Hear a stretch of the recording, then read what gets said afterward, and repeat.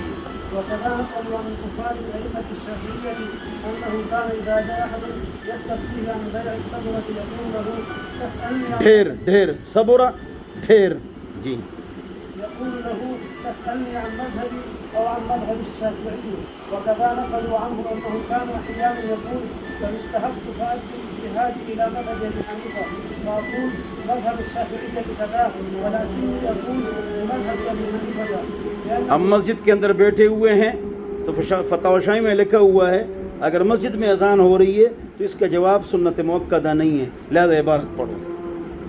لأنه جاء لیعلم ويستفتي عن مذهب الشافعي فلا بد أن أعرفه بأني أفتي بغيره. أن أعرفه بأني أفتي بغيره انتهى. وأما في حق العمل بدون نفسه فالظاهر جوازه له ويدل عليه قول. بس اس کے لیے تب ضعیف پر عمل کرنا جائز ہے جب وہ مجتہد ہو، انٹرپریٹیشن کی صلاحیت ہو. اجتہاد استنباط نبطہ اس کا مادہ ہے، خفیہ پانی زمین سے نکالنا. استنباط، اجتہاد، استنباط، نظر، درایت، انٹرپریٹیشن، رائے، درایت، یہ ایک ہی چیز ہے. الحجت فیما رووا، الحجت فیما رووا لا فیما رأوا. صحابہ جو روایت پیش کریں تو حجت جو ہے نا، حجت جو ہے وہ اس میں ہے جس میں کوئی روایت ہو، وہ روایت پیش کریں حضور اکرم صلی اللہ علیہ وسلم سے، یا ایسی کوئی بات کر جس کا تعلق کس کے ساتھ ہو؟ عقل کے خلاف ہو. جو عقل میں ان کی بات سمجھ میں ہے، جیسے جنت کے 7 درجے یا 10 درجے ہیں، تو یہ اگر کون کہے؟ بولو کون کہے؟ صحابی کہے تو ہم کیا جواب دیں گے کہ یہ جو ہے یہ صحابی کی اپنی بات نہیں ہے، اس لیے کہ یہ بات عقل میں آتی نہیں ہے، اس کا تعلق وہی کے ساتھ ہے. تو حضور اکرم صلی اللہ علیہ وسلم سے اس نے یہ بات سنی ہوگی، اس لیے کہ درجات جنت کا بتلانا اس کا تعلق وہی کے ساتھ ہے، اس کا تعلق رائے کے ساتھ بولو نہیں ہے. جی جی. وأما في حق العمل بدون نفسه فالظاهر جوازه له ويدل عليه قول خزانة الروايات يجوز له أن يعمل عليها وإن كان مخالفا لمذهبه، أي لأن المجتهد يلزمه اتباع ما أدى إليه اجتهاده. ولذا ترى المحقق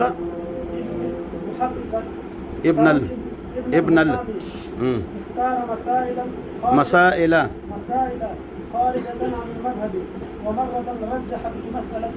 ہاں وہ اس کی اس کے تفردات زیادہ تفردات، اس لیے قاسم بن قطلوبغہ جو صاحب فتح القدیر کا شاگرد ہے وہ فرماتے تھے لا يقبل تفردات شیخنا، ہمارے جو شیخ ہیں اس کی تفردات کو قبول نہیں کیا جائے گا، اس لیے کہ وہ ایسے مجتہد نہیں ہیں، اگرچہ اجتہادی صلاحیت ان میں ہے کہ ان کی تفرد کو لے لیا جائے. جی ومرة رجح في مسألة قول الإمام مالك وقال هذا الذي ادین بھی، یہ دیانتاً میں یہ بات کر رہا ہوں، فیما بینہ و بین اللہ، یہ بات کر رہا ہوں.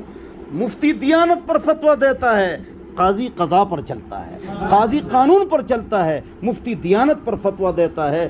اگر قاضی کے پاس ایک آدمی آئے کہ میں نے بیوی کو 3 طلاقیں نہیں دی ہیں اور بیوی دعویٰ کرے کہ اس نے 3 طلاقیں دی ہیں، تو قاضی فیصلہ نہیں کرے گا اور کہے گا کہ بیوی آپ کی بیوی ہے، لے جاؤ، بیوی آپ کی بیوی ہے.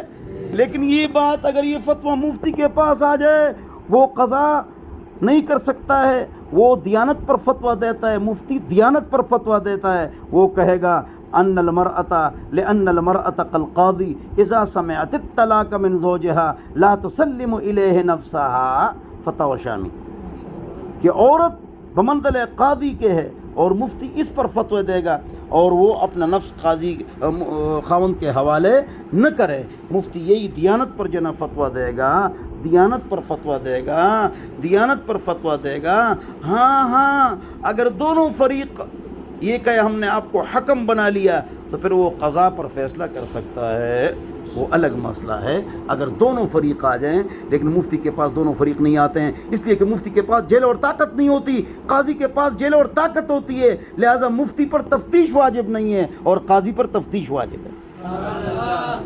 مفتی مخبر للحکم ہوتا ہے اور قاضی ملزم بھی، اور قاضی اس حکم کو لازم کرتا ہے، اس کے پاس قوت، طاقت، عدد تیاری ہوتی ہے، لہذا اس کے پاس جیل ہوتا ہے تو وہ دونوں فریق کو حاضر کرتا ہے، اس لیے وہ قضا پر فیصلہ کرتا ہے. مفتی دیانت پر فیما بینہ و بین اللہ پر فیصلہ کرتا ہے، اور قاضی جو ہے وہ ملزم للحکم ہوتا ہے، اور مفتی جو ہوتا ہے وہ مخبر للحکم ہوتا ہے، اور مفتی کا جو فتویٰ ہوتا ہے وہ صرف رائے ہوتی ہے، بس وہ رائے ہوتی ہے بس. اس کا مطلب یہ ہے کہ قاضی کا جو قضا ہوتا ہے وہ ظاہراً اور باطناً دونوں نافذ ہوتا ہے، مفتی کا فتویٰ نافذ نہیں ہوتا. اللہ، مفتی کا فتویٰ نافذ نہیں ہوتا. یہ فرق ہے مفتی اور قاضی کے درمیان. یہ آپ نے سب فرق معلوم کر دیا میرے پیارے بیٹے. بولو، پڑھو. وقدمنا عن التحرير أن المجتهد في بعض المسائل على القول يتجزي الاجتهاد. بتجزل، غلط، آپ نے غلط عبارت پڑھی، دوبارہ عبارت پڑھو. على القول يتجزي الاجتهاد، نہیں، پیچھے سے عبارت غلط پڑھی. وقدمنا عن التحرير أن المجتهد في بعض المسائل على القول يتجزي الاجتهاد. ہاں، میں نے اس پر تفصیلی بحث کر دی کہ یہ بحث کر لی، بہت علمی بحث ہے، ذرا توجہ سے سن لو کہ تجزی اجتہاد میں تجزی جائز ہے. تجزی جزا یجزی تجزیتاً، بعض لوگ کہتے ہیں جزاک اللہ، اس کا مطلب ہے اللہ آپ کو ٹکڑا ٹکڑا کرے. تجزیہ تو جزاک اللہ ہے، جزاک اللہ بعض اوقات عوام کہہ دیتے ہیں، تو یہ غلط ہے. بہرحال تو مجتہد مطلق اور مجتہد فی المذہب تو نہیں ہے. کیوں نہیں ہے؟ بولو الفاظ میرے. یہ جو دروازہ بند ہے، یہ بولو کون سا بند ہے؟ عقلاً بند ہے، شرعاً بند. اس کا مطلب یہ ہے کہ ہم دیکھتے ہیں کہ ایسے مجتہد مطلق مجتہد فی المذہب نہیں ہے، عقلاً بند، شرعاً بند نہیں ہے. اگر کوئی مجتہد مطلق آ جائے تو ہمارے استاد امین اکاڑی صاحب نے بڑی اچھی بات ارشاد فرمائی، اگر مجتہد مطلق آئے گا تو کرے گا کیا؟ اس کا کام تو ختم ہو چکا ہے. اور اگر نیا اجتہاد کوئی آدمی کرے گا تو پرانے اصول پر کرے گا، نئے اصول پر نہیں کرے گا جو قواعد فقہیہ ہے. اس لیے کوئی نیا آدمی آئے گا وہ خیر القرون سے بہت دور ہوگا، تو وہ عمل کرے گا کس چیز پر؟ خواہش نفس پر. وہ دین کا بیڑا غرق کر دے گا. پارلیمنٹ والے اور اسمبلی والے کہتے ہیں اجتہاد کا دروازہ مولوی نے بند کر دیے، کھلا ہونا چاہیے. تو مولانا غلام غوث زاری نے فرمایا کہ کیا کچھ شرائط بھی ہونی چاہیے؟ سب نے کہا ہاں شرائط ہونی چاہیے. تو انہوں نے فرمایا کہ آ جاؤ مجھے اللہم انا سناؤ اجتہاد کرو. اللہم انا آتا نہیں, قل اللہ احد تجوید سے آتی نہیں ہے, اور کہ تو اجتہاد کا دروازہ مولوی نے بند کر دیا. اگر اجتہاد کا دروازہ تمہارے لیے کھول لیا جائے تو یہ فیصلے کرو گے کہ ہم جنس پرستی جائز ہے, لڑکا لڑکی کے ساتھ شادی کر سکتا ہے یا نہیں کر سکتا, اور جنس کی تبدیلی بغیر ضرورت کے وجہ کے جائز ہے, اور ایوننگ کلب میں لڑکیاں جا کر ڈانس کر سکتی ہے, تو تم تو دین کا بیڑا غرق کرو گے. میری بات نہیں سمجھے؟ تو اجتہاد کا دروازہ عقل مند اہل کے لیے کھلا ہے, نا اہل کے لیے بند ہے.